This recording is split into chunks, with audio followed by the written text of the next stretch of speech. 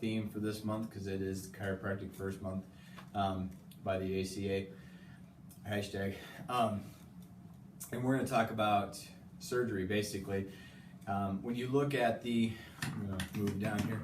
When you look at kind of the whole mantra of this month, which I didn't even realize, this was something that kind of was started by Jim Parker, where he made the hierarchy of chiropractic being the first thing that people should go do, especially if they have back and neck pain, but even more so just any generalized problems. He was a firm believer in the family practice model. Second was pharmacology or drugs, and then third was surgery or some sort of more aggressive conventional or interventional medicine.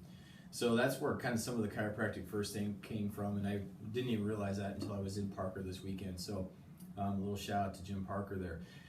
And it is good that, you know, that was started many years ago, and it's probably more needed today than ever. We're kind of the last line of defense when it comes to being patient advocates that are holistic and drugless. And that was a big theme this weekend, this past weekend when I was in Parker teaching. And it is true, we're the last kind of line of defense advocates for your patients that aren't prescribing drugs, aren't doing the more aggressive interventional medicines. So we kind of take pride in that, and we do believe that most issues and most problems can be addressed conservatively. And this is a great place to start because we have so many things that we can do and so many things at our disposal that we can plug into your care that doesn't include pharmaceuticals and, you know, more aggressive interventional type medications or techniques and procedures. So to go along with that, Jace is going to give you some really good research on surgery and the prevalence of surgery and the overall outcomes, and then I'll kind of chime in because I worked in the spine surgery center for 7 years, so I have some really good experience in that kind of setting, and I can kind of tell you where we're needed and where we need to think about doing surgery. I think that's the key, like where are we needed, and I think we are really needed on the front lines as the gatekeepers to this. There's a lot of research out there that says, and we'll kind of reference it, there's a big study in the work comp world out of the state of Washington that basically followed all these work comp injuries and then tracked them. Where did they go first? Did they go to a surgeon, primary care, or a chiropractor? And the individuals the injured workers that ended up in the offices of a surgeon were 9 times more likely to have surgery. I mean, so basically what they found is who you see that very first visit is what you get. 43% of the workers who saw a surgeon had surgery within 3 years. And if you saw a chiropractor first, only 1.5% of those patients had surgery. And we kind of referenced it, I think I mentioned it in the last video, is that the greatest predictor of who's going to have spine surgery is actually how many surgeons are in your area. And we're not demonizing surgery. There's definitely, it's indicated. We have this big long list of the indications from the official disability guidelines of who is appropriate for surgery. And I think our job is to understand, be that conservative care first, the chiropractic first, and then gatekeep and understand if they're not going to get better with what we have to offer, be an advocate for the patient, pass them off to their primary care. Maybe we need to go the medications. If that doesn't work, then we need to go see a physiatrist, get some interventional procedures, and then maybe they warrant a surgical consult way down the line after many, many months of the medication, conservative care, maybe 3 or 4 injections in a year. That's what we try to do and what people don't understand is that generally back surgery isn't for back pain. Like, it's really not good unless you have peripheral symptoms outside of a fracture. Obviously, if you fracture, you have back pain, then yes, surgery is warranted. So I think that's kind of the number one thing that we're trying to get across to people, our patients, other physicians, is that we are a really good conservative care option, frontline gatekeeper, and then we can kind of quarterback and see where people need to go from there. And I would the studies kind of bear it out, and you could take some of the other studies we talked about with low back pain and, you know, the symptom generation of low back pain. We're not going to necessarily look at images right away, and a lot of the conservative care options that are out there aren't going to look at that, and we know that there's a lot of false positives. So if you start with somebody that's very structurally based, they're going to look at the images, and that's going to preset you for problems down the road. And we know, especially in somebody that's in the repetitive work environment, that the prevalence of disc herniations are through the roof in people that don't have back pain. So if you do eventually get back pain and you go to somebody, there's a chance that you've had, these findings in your low back for a long time, and they're going to go down that route based on those findings. We're not going to look at the x-rays or the images unless they're indicated. And that's the big thing with coming to somebody that's more conservative care minded first. We're going to look at how you move, how you function, and we're going to pick, based off of your exam findings, we're going to pick the appropriate conservative treatments to try for a month.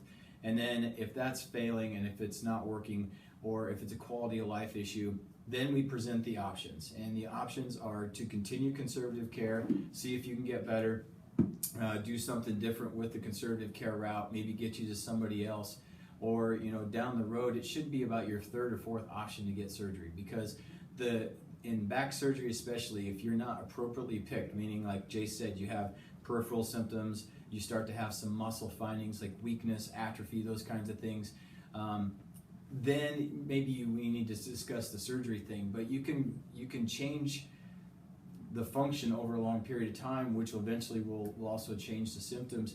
And so depending on what you pick as far as like your conservative care treatments and the other things that are out there, then third or fourth down the road, maybe you're thinking about surgery, and then the options are presented. If it's a quality of life thing, and I've sent people to surgery many times because it becomes a quality of life. Like they can't enjoy their life, they can't walk for very long before their legs go numb, they're starting to lose muscle tone, they're starting to drop things. Like those are the people that need to be picked for surgery.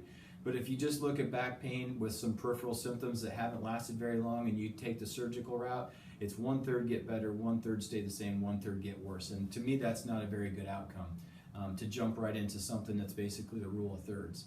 And being a part of the Nebraska Spine Center, they were part of what was called the SPORT study, which was a 3-year or 2-year long look at, it was the biggest randomized controlled trial of its kind, in which they basically plugged people into surgery, conservative care, and then just pharmaceutical interventions. And they followed these people, their outcomes over the course of, I think it was 3 to 5 years. It was a long study, it was huge. The Spine Center was one of the surgical sites for people that were in the surgery category.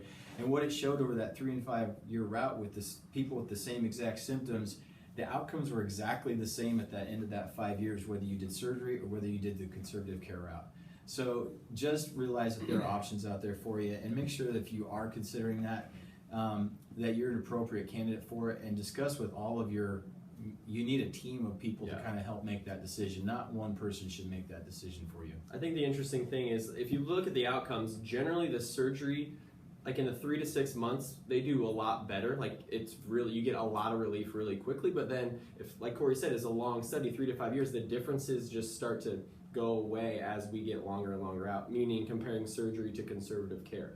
Another thing, Corey talked about the false positives. Even if you have a symptomatic disc herniation, you have to understand that those tissues heal. Though if you can put off surgery with medication, conservative care, those tissues heal, and a lot of times your symptoms just dramatically decrease around the 3 to 6 to 12 month mark, and then you don't have to have surgery. It's always interesting to me when people come in here and they said, "Oh, I had a big old disc bulge." "Oh, when was your last MRI?" "It was 4 years ago." Okay, well that disc bulge is completely different based off of whether you even have it anymore. Like 4 years is a long time for any tissue, and discs are tissues. They respond, they heal.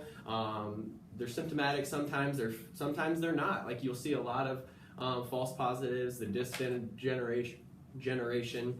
So we take a very functional approach. We put off imaging as long as we can outside of neurological deficit, and that is a good thing, because once you get an MRI, you are more likely to get all those other procedures that we talked about, whether it's injections, surgery, discectomies, laminectomies, all that stuff. So we actually kind of pride ourselves on putting off the MRIs and the imaging, and that's also indicated by the guidelines. So, and they're getting tougher and tougher on those. You can't just send somebody for an MRI, at least if it's insurance. Yeah, and that's part of it. Like our conservative way of thinking starting to catch up even in the managed care world, and so you actually have to fail a certain amount of conservative care before you can get a lot of these images. Fail. I love that. Fail. You have to fail it. Yeah, completely fail it. And it's been like that in Europe for a long time with socialized medicine. There's a 3 and 4 month waiting list just to get MRIs done. So you have to do something in the meantime to at least help manage some of your symptoms.